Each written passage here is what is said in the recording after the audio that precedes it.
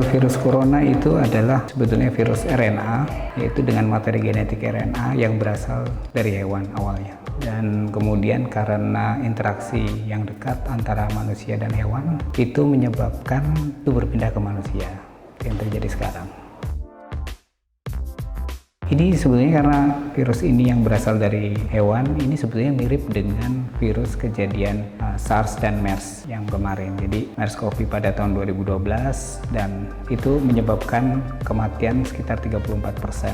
Kebetulan ini virulensinya lebih rendah, tetapi tingkat penyebarannya jauh lebih cepat. Kebetulan ini memang reseptornya ada di saluran nafas, yaitu di selaput lendir saluran nafas itu dia ada di S reseptor di sel epitel. Nah itu memang dia akan bisa masuk ke dalam tubuh melalui sel epitel saluran pernafasan. Yang menyebabkan kematian itu rata-rata itu adalah karena pasien itu sudah memiliki penyakit prakondisi sebelumnya atau kondisinya sudah usianya udah lanjut. Tapi pada orang yang sehat itu rata-rata dengan imunitas yang baik biasanya dia bisa bertahan.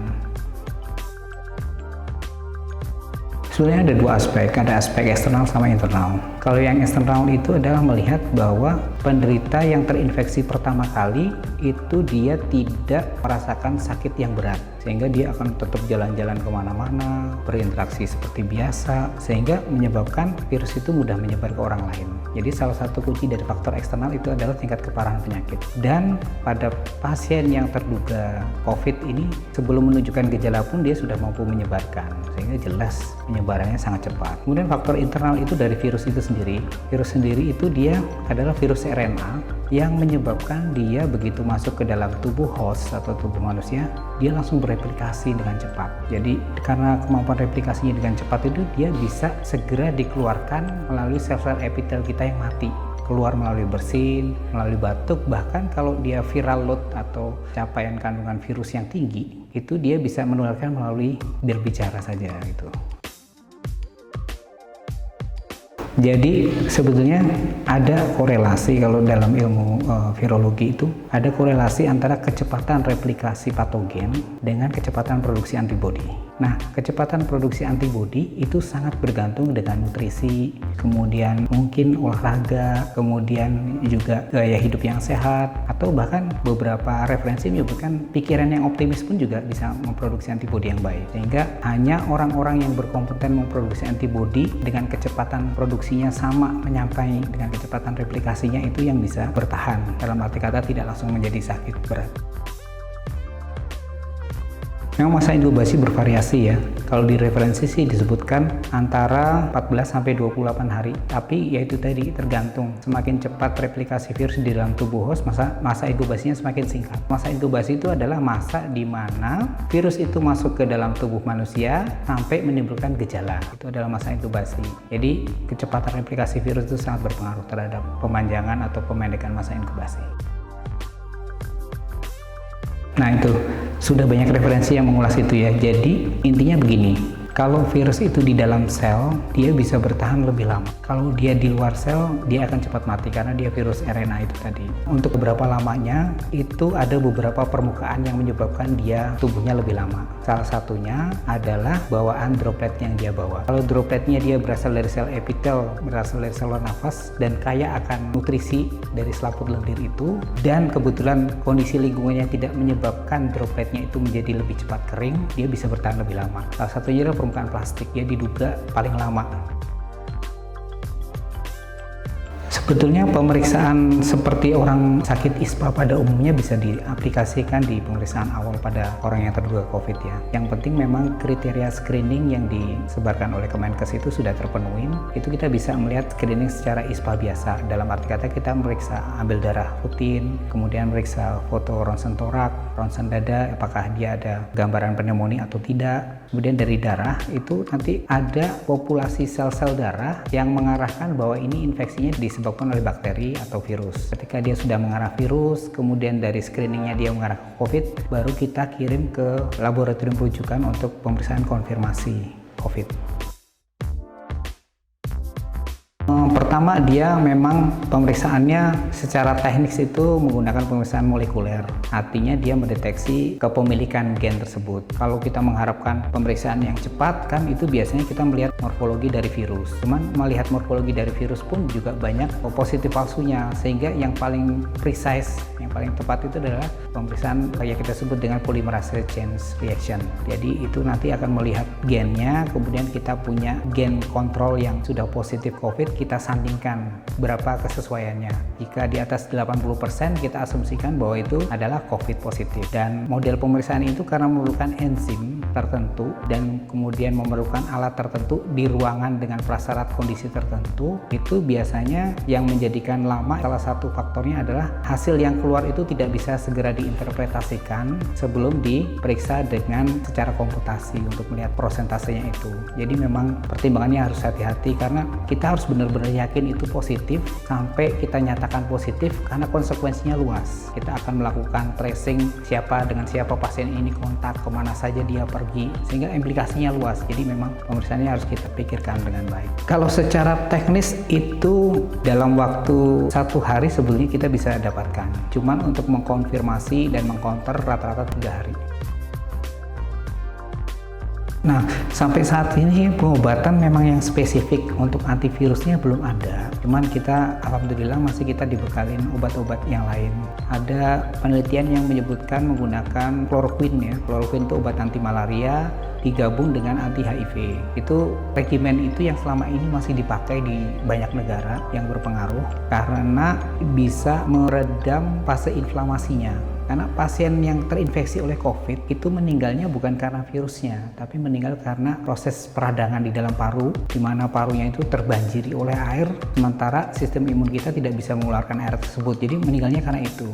Nah, kloroquine dan obat anti HIV itu bisa mengurangi efek ke sana. Oleh karena itu kan sindrom yang kita sebutkan kalau bahasa medisnya itu ARDS, Acute Respiratory Distress Syndrome. Jadi itu memang kesulitan untuk pertukaran antara oksigen di dalam darah dengan udara dari luar, sehingga memang pasien merasa sesak sekali. Karena gejala asimptomatis itu bisa berpotensi menularkan, memang pertama social distancing ya. Social distancing itu apa? Social distancing itu menghindari pertemuan-pertemuan dengan orang banyak di satu ruangan, mungkin dengan jarak yang terlalu dekat. Kemudian kita juga harus selalu lebih sering cuci tangan, karena diduga virus ini dia bisa menempel di permukaan, terutama permukaan-permukaan yang sering disentuh oleh tangan. Kalau di kantor mungkin ada permukaan meja, kalau di rumah sakit banyak sekali tempat penekatannya, tempat kita mendorong bed atau pegangan pintu, mungkin kalau di gedung bertingkat pencetakan lift itu juga. Itu daerah yang sering disentuh itu harus kita sering bersihkan, makanya kita perlu kerjasama dengan teman-teman cleaning service dan sering cuci tangan setiap kali sebelum menyentuh wajah. Kita harus sering mencuci tangan karena virus yang tertempel di tangan itu belum bisa menginfeksi sampai dia bisa ditransport ke saluran nafas. Kalau tangan kita kotor mengandung virus, kemudian kita menyentuh wajah ini kan dekat dengan area saluran pernafasan dan dekat dengan selaput lendir dari mata, itu kan bisa menyebabkan masuknya kuman ke dalam tubuh manusia. Jadi memang kunci pertama adalah social distancing, terus yang kedua sering-sering cuci tangan, kemudian mungkin jaga kesehatan, germas dari Kemenkes bisa kita terapkan, kemudian PHBS, sering cuci tangan pakai sabun. Oh iya, menyikapi kelangkaan hand sanitizer, kemudian sabun cuci tangan antiseptik, masyarakat masih bisa menggunakan sabun batang biasa. Sabun batang antiseptik itu jauh lebih efektif dibandingkan hand sanitizer tanpa ada air mengalir. Jadi air mengalir dengan sabun itu cukup. Pertanyaan selalu kalau kita terjun ke SD atau ke dimana fasilitas publiknya itu minim sekali, penggunaan sabun batang untuk cuci tangan di air keran mengalir itu diperbolehkan. Yang penting dari 6 langkah itu kita akan memperlama langkah pertama 2-3 kali lebih lama untuk langkah satunya. Nah, mungkin nanti ada infografis terkait dengan tata cara cuci tangan 6 langkah. Kalau dalam rangka menyikapi wabah ini sebaiknya kita hanya mengkhususkan masker itu bagi orang yang sudah sakit. Jadi sakit respirasi, dia merasa demam, terus menggigil, kemudian batuk atau pilek, itu baru kita pakai masker. Dengan orang yang sehat itu tidak perlu masker. Kenapa? Salah satunya adalah penggunaan masker itu adalah sebagai barrier dari diri kita untuk tidak menularkan orang lain. Jadi kita prinsipnya begini, kita kalau menghadapi wabah selalu diingatkan di dalam diri kita. Saya adalah salah salah satu agen penular dan saya tidak tahu apakah saya membawa corona, sehingga saya harus menutupi diri saya menggunakan masker ketika sakit sehingga saya tidak menularkan orang lain. Itu pola pikirnya seperti itu, sehingga kita menjadi lebih sopan, lebih santun, tidak ada keinginan menimbun masker dan menimbun sembako tentu. Terkait dengan itu saya baca juga yang kontra dengan itu. Jadi kurkupin itu harus dihindari untuk jenis tipe virus ini. Tapi saya menyerahkan itu sih memang pada ilmuwan ya. Tapi yang jelas masyarakat harus berfokus bahwa kita meningkatkan stamina, istirahat yang cukup, konsumsi vitamin yang memang sudah terbukti itu sudah cukup lah ya. Kalau itu ranah itu memang saya nggak terlalu banyak bereksplorasi ya. Jadi karena ini berhubungan dengan mukosa, yang kita utamakan vitamin C. Terus kalau kita berhubungan dengan aktivitas yang terlalu melelahkan, kita mungkin B kompleks ya. Jadi gabungan antara B kompleks dan C sudah cukup saya kira ya. Virus corona itu datang dengan berbagai macam tampilan. Jadi maksudnya dia bisa menyebabkan gejala mulai dari orang yang nggak bergejala sampai dengan gejala pneumonia berat. Jadi kalau uji dengan cara fisik kayak gitu kok kayaknya nggak bisa dipertanggungjawabkan ya. Jadi memang uji yang paling masih menjadi gold standard menurut WHO adalah uji molekuler diagnostik, yaitu kita mengambil sampel dari saluran nafas, kemudian sampel itu kita bawa ke laboratorium, kemudian kita tes PCR, itu baru kita bisa mengatakan itu corona. Jadi kalau ada yang menyebutkan ada tes fisik yang mendiagnosis corona itu tidak benar. Ibuprofen itu salah satu non-steroid anti-inflamasi drug ya. Jadi sebetulnya dia penggunaannya memang khusus. Kalau pada saat COVID ini kita lebih ke arahkan paracetamol dibandingkan ibuprofen. Ibuprofen itu bisa meningkatkan, satu itu resiko tukak lambung, terus yang kedua bisa menyebabkan perpanjangan penyedalan darah. Jadi dia ya mirip-mirip dengan asam asetil salisilat gitu ya. Tapi dia jauh lebih ringan. Dan memang sudah ada penelitian yang menyebutkan bahwa pada pasien yang dirawat inap menggunakan ibuprofen itu ada perburukan klinis. Tapi ya ada 2-3 jurnal yang lumayan ya, dia Q1 kemudian evidence base-nya bagus, itu bisa kita percaya. Jadi ibuprofen sementara dihindari untuk kondisi sekarang. Sebetulnya masyarakat harus paham bahwa social distancing itu sangat bermanfaat buat mengurangi penyebaran dengan cepat. Karena ibaratnya gini, kalau kita tidak melakukan social distancing, itu kita harus tahu loh jumlah bed di daerah kita, bed rumah sakit maksudnya, tempat tidur rumah sakit di wilayah kita tuh ada berapa, rasio jumlah penduduk ada berapa. Kalau kita tidak menjaga diri kita, petugas kesehatan kasihan. Petugas kesehatan itu bukan robot. Pertama dari segi rasio kemampuan fasilitas kesehatan dengan rasio jumlah penduduk. Kalau tidak melakukan social distancing, kita akan kerepotan karena kita tidak memiliki kapasitas yang cukup. Terus yang kedua, mulailah belajar mengalihkan hal-hal yang bisa dialihkan di rumah, mulai ditransisikan ke situ. Karena meskipun ini kita akan ada masa reses selama 14 hari, artinya social distancing ini, kita akan ada evaluasi pada minggu kedua apakah itu akan diperpanjang atau tidak. Kita nggak pernah tahu. Salah satu kunci dia diperpanjang atau enggak, itu pertama jika ada peningkatan COVID, misalnya Departemen Kesehatan atau Dinas Kesehatan menetapkan 10 kasus baru dalam 1 hari, maka masa reses diperpanjang. Misalnya seperti itu, saya nggak tahu nanti kebijakannya. Nah, kita mulai memikirkan apa pekerjaan aktivitas kita sehari-hari harus dialihkan ke rumah atau secara online mungkin ya sekarang ya. Kalaupun tidak bisa, minimal kita mengurangi interaksi dengan orang lain. Jadi misalnya kita buruh bangunan nih misalnya ya, bekerja ya udah bekerja aja, nggak usah terlalu banyak ngomong. Dan ketika istirahat kita jangan berkumpul-kumpul, banyak ngobrol, makan terlalu lama bareng-bareng gitu. Karena penularan itu berhubungan dengan pertama kedekatan jarak, terus yang kedua adalah durasi interaksi. Dua itu kita hindari ya, insya Allah kita aman. Itu adalah hal-hal yang bisa dikendalikan oleh kita.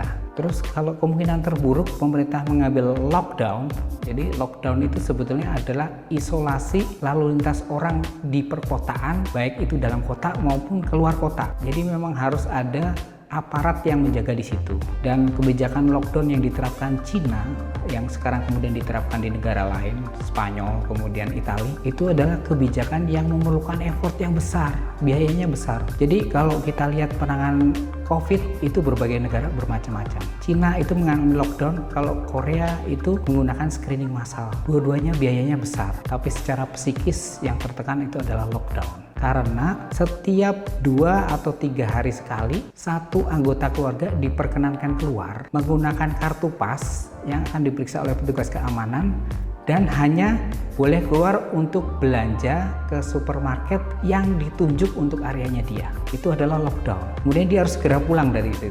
Dan kendaraan umum tidak jalan. Kendaraan pribadi itu boleh jalan, itu hanya mobil. Jadi di sana gitu. Terus yang kedua, ada sterilisasi atau dekontaminasi lingkungan. Jadi jalan raya itu akan disemprot oleh desinfektan 2 kali sehari. Apakah kita mampu seperti itu? Makanya untuk social distancing, tolonglah masyarakat bantu kami, petugas kesehatan. Dengan Anda tetap di rumah, Anda adalah pahlawan-pahlawan kami. Biarkan kami bekerja di rumah sakit, biarkan Anda bekerja di rumah. Jadi kita sama saling bahu-membahu gitu. Ya, jadi doa kita bersama adalah virus ini tidak meluas, tidak menjadi berkepanjangan terlalu lama. Dan sampai sekarang belum bisa ada ahli yang memperkirakan kapan ini akan turun. China pun trennya sudah turun, infeksi baru sudah mulai menurun, kemudian trennya tidak meningkat. Tetapi ada beberapa kasus pasien yang mengalami demam ulang dan dites COVID juga positif lagi. Nah itu kan kita nggak tahu. Virus ini masih kita pelajari, ketidakpastiannya masih luas. Yang perlu kita lakukan ya, kita boleh membaca berbagai berita, tapi tolong percayakanlah sumber yang terpercaya. Kita kan sekarang sudah punya, Kementerian Kesehatan punya covid19.com ya, untuk situs resminya. Itu untuk segala informasi terkait dengan jumlah pasien, cara penularan, bagaimana itu melakukan social distancing. Tolong baca yang itu dulu sebelum baca yang lain-lain, karena kita ini sudah terlalu banyak pengetahuan yang sifatnya instan dan kita tidak mampu mengolah. Kalau kita tidak mampu mengolah, lebih baik baca sumber yang terpercaya saja. Dan saya minta juga teman-teman masyarakat sekalian, jangan menyebarkan hoax. Kalau kita tidak tahu, kita dapat ciri-ciri berita hoax itu ada 3. Pertama itu meningkatkan kekhawatiran dengan cepat. Terus yang kedua, sumbernya tidak jelas. Kita tidak ada link beritanya di mana, kemudian tidak ada narasumbernya siapa atau nomor telepon yang dihubungi terkait dengan pemberitaan. Terus yang ketiga, ciri-ciri hoax adalah dia menjalar melalui jejaring sosial yang tidak tervalidasi, seperti dari WhatsApp group. Nah itu berita-berita hoax itu tolong di-counter, cukup berhenti sampai ke Anda saja. Kita harus berpikirkan kita secara satu padu memberantas virus ini. Kita harus bersama-sama, bahu-membahu. Tidak ada keakuan, semua seharusnya melakukan social distancing. Ya, apapun kegiatan apa, karena virus itu tidak melihat agama kita. Virus itu tidak melihat sosial ekonomi kita. Virus itu tidak punya niat jahat juga. Dia hanya ingin niat mempertahankan diri, bertahan hidup. Jadi tolong semua informasi terkait penyebaran, terapi maupun terkait dengan gejala-gejala, tolong percayakan ilmu pengetahuan. Karena kita berhadapan dengan virus, di mana virus itu adalah mikroba yang ngikutin asas-asas pengetahuan, ilmu pengetahuan. Virus juga nggak kenal libur, makanya kita tenaga kesehatan Sabtu Minggu juga tetap masuk. Jadi tolong masyarakat semua tolong tetap di rumah, itu akan sangat membantu kami. Ya, saya kira itu. Nakes ini kan juga punya keluarga, ya mungkin mulai dari lingkungan keluarga sendiri, bahwa tenaga kesehatan itu berisiko sekali membawa kuman ke rumah, sehingga nanti kami mohon keluarga kami, istri-istri kami, suami-suami kami untuk memaklumi kondisi ini, bahwa kami akan sering meninggalkan rumah, namun kita masih bisa berkomunikasi. Dukungan moral dari keluarga sangat membantu kami. Dan juga mungkin kita juga perlu masyarakat tahu bahwa apa yang Anda lakukan untuk memborong hand sanitizer, masker, dan menyebabkan kelangkaan itu akan menyebabkan kepincangan pelayanan, karena kami sulit sekali mendapatkan alat pelindung diri untuk masker. Bagaimana dengan kami yang berinteraksi dengan pasien langsung, tidak memiliki pelindung? Siapa yang akan membantu Anda? Masyarakat umum, kalau tenaga kesehatannya sakit karena kehabisan APD, siapa yang dapat membantu kita semua? Mungkin pungkasan terakhir adalah mari kita sama-sama berdoa dan tetap harus selalu mengupayakan upaya yang terbaik yang bisa kita lakukan. Misalnya di tingkat RT, tingkat RW, mohon diperingatkan ketika pada masa-masa social distancing ini ada kumpulan atau ada anak-anak bermain bersama, tolong diperingatkan bahwa itu tidak membantu kami. Jadi besar harapan kami, karena ini adalah pandemi dan setiap upaya, setiap individu adalah berharga buat mengurangi pandemi ini. Itu. Dan mungkin terakhir ya, tingkatkan pengetahuan terkait dengan pandemi ini, terutama untuk cuci tangan yang baik dan benar. Karena cuci tangan yang tidak baik dan tidak benar itu sama aja dengan tidak mencuci tangan sama sekali. Jadi minta tolong perhatikan, cuci tangan yang baik dan benar adalah cuci tangan 6 langkah. Ya. Terima kasih.